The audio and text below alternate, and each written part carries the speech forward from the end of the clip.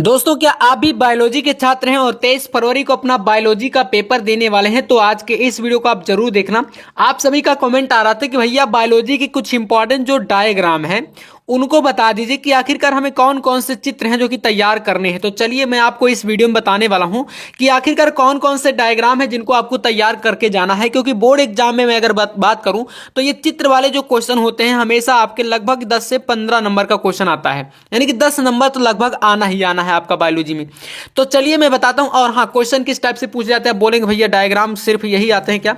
नहीं, देखो क्वेश्चन आपसे इस तरीके से कहेगा कि जैसे मान लो दे दिया कि मानव अंडाणु की संरचना, तो कहेगा कि भैया सचित्र वर्णन करिए। मतलब आपका सचित्र वर्णन का मतलब समझ गए? आपको ये डायग्राम तो बनाना पड़ेगा, साथ में जैसे कि पीतक कला हो गया, केंद्रक हो गया, है ना, कोशिका द्रव्य हो गया, तो कम से कम आपको 2 से 3 ऐसे जो पार्ट हैं इनका थोड़ा बहुत एक्सप्लेन भी करना पड़ेगा कि भैया जो आपका मानव अंडाणु है ये, इसमें पीतक कला क्या होता है ना, इसके क्या कार्य हैं, इसके अलावा केंद्रक क्या है। तो आपको थोड़ी बहुत इनके बारे में जानकारी भी रखनी पड़ेगी। तो इस टाइप से क्वेश्चन बनता है। तो चलिए शुरू करते हैं आज के इस प्यारे से सेशन को, और बिल्कुल आपको लास्ट तक देखना क्योंकि बहुत इंपॉर्टेंट है। ठीक है, चलिए। तो पहला डायग्राम तो आपके सामने है ही भाई, मानव अंडाणु। इसकी संरचना कुछ इस टाइप से है, बहुत ही सिंपल तरीके से आपको एक सर्किल भाई इस तरीके से जाना है और यहाँ पर सर्किल बना देना है। सर्किल बनाने के बाद आपको यहाँ पर बढ़िया देख लो एकदम डिजाइन से चीजें बनाई गई है। ये तो भाई ऑलरेडी आप लोग करते रहते हो ना, सिंपल काम है। तो पीतक कला हो गया, केंद्रक हो गया, कोशिका द्रव्य हो गया, जोनो पेलुसिडा हो गया और कोरोना रेडिएटर। नाम मत भूलना, डायग्राम थोड़ा बहुत टेढ़ा मेढ़ा हो जाएगा चलेगा, बट नाम बिल्कुल सही से लिखना। ठीक है, तो ये आपका पहला डायग्राम है, काफी इंपॉर्टेंट है। चलिए अगला चित्र आपके सामने आता है भैया, यहां पर अंडाशय की अनुपृष्ठ काट का। बहुत इंपॉर्टेंट डायग्राम है। अब देखते हैं यहां पर इसके बारे में थोड़ा सा। देखो इसमें सबसे इंपॉर्टेंट यहां पर बात क्या है, आपको इसमें जो है ना, जो आपके सामने है कार्पस ल्यूटियम, ये आपको नाम एक इंपॉर्टेंट है। इसके अलावा इसका अंडाणु हो गया, है ना, और यहां पर आपके सामने है प्राथमिक पुटिकाएं, जो कि आपके सामने कुछ इस तरीके से, ये पैरामीशियम की टाइप से एक डायग्राम है। देखो यहां पर इस तरीके से बनाया गया ना, पूरा का पूरा यहां पर ये है सिंपल। यहां पर 1-2 सर्किल है ऐसे करके, ऐसे है ना, ये आपको बना देना है। बाकी इसमें कुछ भी समझ नहीं यार, आपको एकदम यही चीज है ना, अच्छे से कर देना है। इसके बस नामों को मैं फिर से कह रहा हूं कि नाम मत भूलना, बहुत इंपॉर्टेंट है। तो ये हो गया। इसके बाद जो डायग्राम आ रहा है भाई, इसको एकदम तैयार ही कर लेना है आपको। डायग्राम का नाम क्या है? नर जनन तंत्र का आरेखीय चित्रण। देखो आपका एक होता है नर जनन तंत्र, ठीक है, ये आपका नर वाला, और एक होता है आपका मादा जनन तंत्र। ठीक है, नर और मादा जनन तंत्र दोनों का ये जो चित्र है ना, बहुत इंपॉर्टेंट प्यारे बच्चों। पूरा फुल एक्सप्लेन के लिए आपके ये डायग्राम आते हैं। और ये जो क्वेश्चन है आपका शॉर्ट में नहीं पूछेगा, मतलब 3 अंक से ज्यादा में ही आते हैं, 3+ में ही आएगा, है ना। तो नर जनन तंत्र का हो गया। इसमें देखो प्रोस्टेट ग्रंथि है और इसके अलावा यहाँ पर एक शुक्राशय, और यहाँ पर देखो इससे रिलेटेड आपका शुक्राणु की संरचना भी आती है, आपको पता होगा इसी चैप्टर से है, तो वो भी इंपॉर्टेंट है। ठीक है, इसके अलावा प्रोस्टेट यहाँ पर हो गया, शिशुवन हो गया, है ना, मूत्र मार्ग यहाँ पर मूत्राशय, शुक्रवाहिनी, ये सब नाम है इस प्रकार के, जो कि इनको आपको बिल्कुल अच्छे तरीके से क्या करना है, बिल्कुल तैयार कर लेना। ठीक है, तो ये काफी इंपॉर्टेंट है, इसको कर लीजिएगा। इसके बाद आते हैं भैया यहां पर, ये रहा मादा जनन तंत्र। ठीक है, तो ये भी काफी इंपॉर्टेंट है। ठीक है, इसको भी आपको बनाना सीख लेना है, काफी महत्वपूर्ण चित्र है। इसके बाद आपका आता है शुक्राणु की संरचना। देखिए, तो ये शुक्राणु की संरचना में आप अगर खास बात देखोगे तो मैं यहां पर कुछ इसके पार्ट बताता हूं जिनको आपको यहां पर बिल्कुल तैयार कर लेना। देखो बनाने का तरीका बहुत सिंपल है इसको। इसमें इस तरीके से एक जो शीर्ष है, ये पार्ट होता है, शीर्ष बोलते हैं इसको, ये आपके पास है। इसके बाद यहां पर जो बीच का पार्ट होता है इसको हम लोग बोलेंगे क्या, यहां पर मध्य भाग बोलेंगे, और जो लास्ट का यहां पर है इसको हम बोलते हैं पूंछ। ठीक है ना, तो ये 3 पार्ट नाम आपको यहां पर याद कर लेना। पहला आपके सामने क्या है, शीर्ष हो गया। दूसरा आपको यहां पर याद रखना है मध्य भाग हो गया, और इसके बाद यहां से तीसरा आपका आता है पूंछ। ठीक है ना, तो ये 3 आपके इसके नाम है। इसके बाद अलावा यहां पर माइट्रोकांड्रिया हो गया, और एक है जीव द्रव्य कला, अग्रपिंडक, ये नाम, और दूरस्थ तार केंद्रक। इतना याद कर लेना, बाकी के छोड़ भी दोगे चलेगा। ठीक है, तो कुछ इस तरीके से चित्र बनाना सीख लेना, काफी इंपॉर्टेंट आपका ये डायग्राम पूछा ही जाता है। चलिए इसके बाद आते हैं भैया यहां पर आपके पास शुक्राणु की संरचना के बाद आता है, ये रहा आपके पास एक और डायग्राम। यहां पर दिया गया है पराग कोश की अनुपृष्ठ काट, और इसमें दो चित्र होते हैं, एक होता है स्फुटन के पहले का, ठीक है ना, एक होता है भैया स्फुटन के बाद का। तो देखो दोनों इंपॉर्टेंट है। अब यहां पर मैं ये नहीं कह सकता कि स्फुटन के पहले वाला ज्यादा इंपॉर्टेंट है और स्फुटन के बाद वाला ज्यादा इंपॉर्टेंट है। देखो खास क्या है मैं थोड़ा सा इसमें बताता हूं आपको। देखो जैसे स्फुटन के पहले का है, अब इस चित्र में पूरा अच्छे तरीके से इस तरीके से आप देखोगे ना, तो यहां पर आपको स्फुटन के जो पहले वाला चित्र है इसमें पूरा का पूरा ये जो घेरा हुआ है ये पूरा हर जगह बंद है। क्या है ये, क्या है भैया, बंद है। किसमें? स्फुटन के पहले में, है ना। और जो आपका स्फुटन के बाद का जो चित्र है इसमें देखोगे तो आपका क्या है, यहां पर ये देखो घेरे जो हो गए, यहां पर ये खुल गए सर्किल, यहां पर ओपन है, ठीक है ना। तो इतना फर्क है यहां पर दोनों में। बाकी नाम आपके देख सकते हो, परागकण हो गए, इसके अलावा इसमें टेपिटम होता है, बाह्य त्वचा, यहां पर बाहरी त्वचा को बोलेंगे, पराग कोश भित्ति हो गया, लघु बीजाणु मात्र कोशिका हो गया। इस टाइप के ये कुछ नाम है जो कि आपको बिल्कुल तैयार कर लेने हैं। आइए अगला डायग्राम है मेरे भाई आपका न्यूक्लियोसोम का।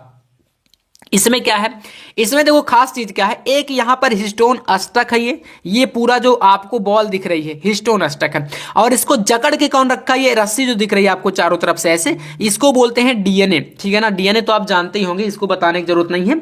और ये भैया जकड़ के रखता है, ठीक है, इसको यहां पर आप समझ लेना हिस्टोन अष्टक को। और इनके बीच का जो यहां पर रेडियस है आपके पास, रेडियस बोल सकते हो या आप लोग इसको व्यास बोलो, पूरी यहां पर व्यास जो यानी कि लंबाई जो है वो 10 नैनोमीटर के, कितनी है, 10 नैनोमीटर की, ठीक है। तो ये कुछ इस तरीके का है आपके पास डायग्राम, आपकी बुक में बना होगा तो इसको आप लोग एक बार देख लेना, काफी इंपॉर्टेंट है। तो ये कुछ इस तरीके से, ऐसे में लंबाई 10 नैनोमीटर है और ऐसे लंबाई यहां पर दी है 11 नैनोमीटर, ठीक है। तो ये आपका हिस्टोन अणुओं का आकार इतना होता है।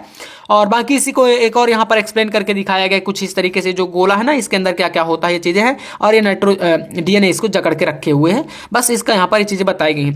इसके बाद यहां से अगला चित्र आपके सामने आता है मानव इंसुलिन के उत्पादन के चरण।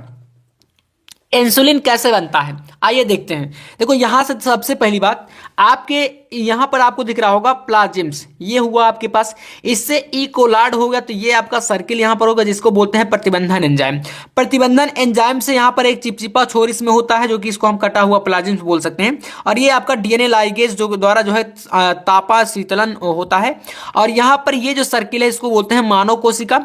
और इस तरीके से इंसुलिन जीन यहां पर इसमें पाए जाते हैं सर्किल में, जो कि यहां पर दिख रहा होगा आपको, है ना। और ये एक पूरा स्टेप बाय स्टेप जो है चलता है चरण, है ना। यहां पर पुनर्योगज डीएनए हो गया, पुनर्योगज डीएनए का गुणन होता है फिर इससे, और ये स्टेप आते आते जो ये बॉक्स दिख रहा है यहां पर होता है किण्वक का में अभियांत्रिक, है ना, जीवाणुओं का पुंज, और लास्ट में पुनर्योजित इंसुलिन प्राप्त होता है। तो ये इंसुलिन के निर्माण का एक चरण है जो कि आपको इसको बिल्कुल तैयार करना है।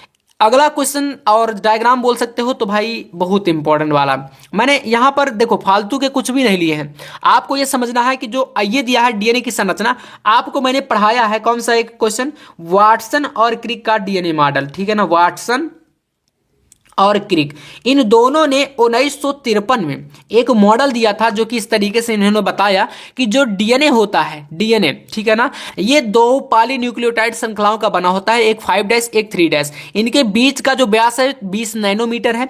अब बात कर लेते हैं यहां पर इसमें फास्फेट समूह, शर्करा समूह यानी कि पी और एस, ये एकांतर क्रम में इन श्रृंखलाओं में जुड़े होते हैं, ठीक है। और आपका इनमें जो बेस यानी कि जो क्षार होते हैं pyrimidine और प्यूरिन बेस, वो आपके इस तरीके से होते हैं। एडेनिन देखो यहां पर आपके पास जो थाइमिन है इसके साथ डबल बॉन्ड बनाता है, एडेनिन थाइमिन के साथ डबल बॉन्ड बनाता है, जबकि जो ग्वानिन और साइटोसिन है ये आपके ट्रिपल बॉन्ड यानी कि 3-3 बंध हाइड्रोजन के बनाते हैं। आप यहां पर इस डायग्राम में बस यही देखो, इतना ही खास है, बाकी इस चित्र में कुछ भी नहीं है। और इतना अगर बनाना आप लोग सीख लिए तो समझ लो भैया आपका बेड़ा पार है, और आराम से चित्र वाले क्वेश्चन का जो आपका लगभग 10 अंक है वो आपके झोली में होगा, बस इतना आपको समझना है। चलिए तो ये कर लीजिएगा, पूरा डायग्राम आपके पास है। अगला आपका क्वेश्चन यहां पर है मनुष्य में लिंग निर्धारण पर, यहां से पूछता है टिप्पणी, बोलेगा भैया मनुष्य में लिंग निर्धारण पर टिप्पणी समझाइए। बहुत इंपॉर्टेंट है, एक तरफ नर है एक तरफ मादा, और इसमें भाई यहां पर आपका जो गुणसूत्र बताया गया, मादा में XX और नर में XY गुणसूत्र होता है।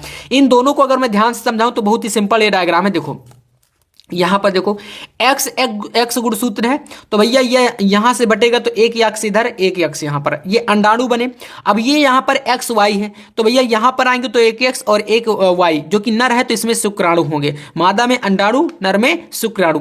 अब देखो इनके बीच जब यहाँ पर प्रक्रिया होगी एक प्रकार से, तो एक्स का अगर भाई यहाँ पर एक्स के साथ होगा तो बनेगा क्या, दोनों एक्स एक्स, ठीक है। तो यहाँ पर ये आपकी पुत्री मतलब यहाँ पर ये मादा है, ठीक है ना, क्योंकि इसमें यह से मैच कर रहा है। अब ऐसे ही मान लो x का आप y के साथ करा दिए तो एक्स वाई अर्थात यहां पर ये आपका नर से मैच कर गया, मतलब यहां पर आपको समझ गए कि ये हो गया पुत्र। तो ये आपका एक प्रकार से चरण है जो कि मनुष्य में लिंग निर्धारण पर आधारित होता है। डीएनए द्विगुणन की क्रियाविधि भी काफी इंपॉर्टेंट है, तो इस चित्र को भी आपको कर लेना है इस टाइप से। एक है HIV वायरस, जो कि भाई आपको पता है ह्यूमन इम्यूनो डिफिशियंसी वायरस इसको बोलते हैं। यह काफी इंपॉर्टेंट चित्र है आपका, ठीक है ना। इसको पता ना कि इस वायरस से कौन सी बीमारी होती है, AIDS जिसको बोलते हैं एड्स। तो ये टोटल आपके इतने डायग्राम है। लास्ट में एक चित्र और है जो कि है प्रतिरक्षी अणु की संरचना। अगर आपको मैं जो वीडियो में इसमें बताया हूं जितने डायग्राम अगर इतने कर लेते हो तो बड़े आराम से चित्र वाले क्वेश्चन में आप जो है पूरे नंबर लेके आओगे, एक भी क्वेश्चन आपका गलत नहीं जाएगा। इतने चित्रों को आप अच्छे से कर लेना। HIV वायरस वाला हो गया, यहाँ पर डीएनए द्विगुणन हो गया, इसके अलावा मनुष्य में लिंग निर्धारण हो गया, यहाँ पर आपके सामने डीएनए की अणु की संरचना हो गई, और मानो इंसुलिन का हो गया, यहाँ पर न्यूक्लियोसोम अनुपृष्ठ परागकोश के अनुपृष्ठ का स्फोटन के पहले और स्फोटन के बाद का हो गया, शुक्राणु की संरचना, स्त्री जनन तंत्र, नर जनन तंत्र, और यहां पर अंडाशय, और लास्ट में आपका आता है जो कि है मानव की अंडाणु का संरचना। इतना जरूर कर लेना, बहुत इंपॉर्टेंट है, ठीक है। बाकी चलिए मिलते हैं नेक्स्ट वीडियो में। चैनल को सब्सक्राइब कर लेना, क्योंकि ऐसे टॉपिक मैं आपको अभी और भी देने वाला हूं, जितने भी महत्वपूर्ण बायोलॉजी के टॉपिक है। फिर हम लोग करेंगे फिजिक्स केमिस्ट्री और बायोलॉजी केमिस्ट्री की और फिजिक्स की तैयारी। तो मिलते हैं भाई नेक्स्ट वीडियो में नेक्स्ट टॉपिक के साथ। तब तक के लिए जय हिंद, वंदे मातरम।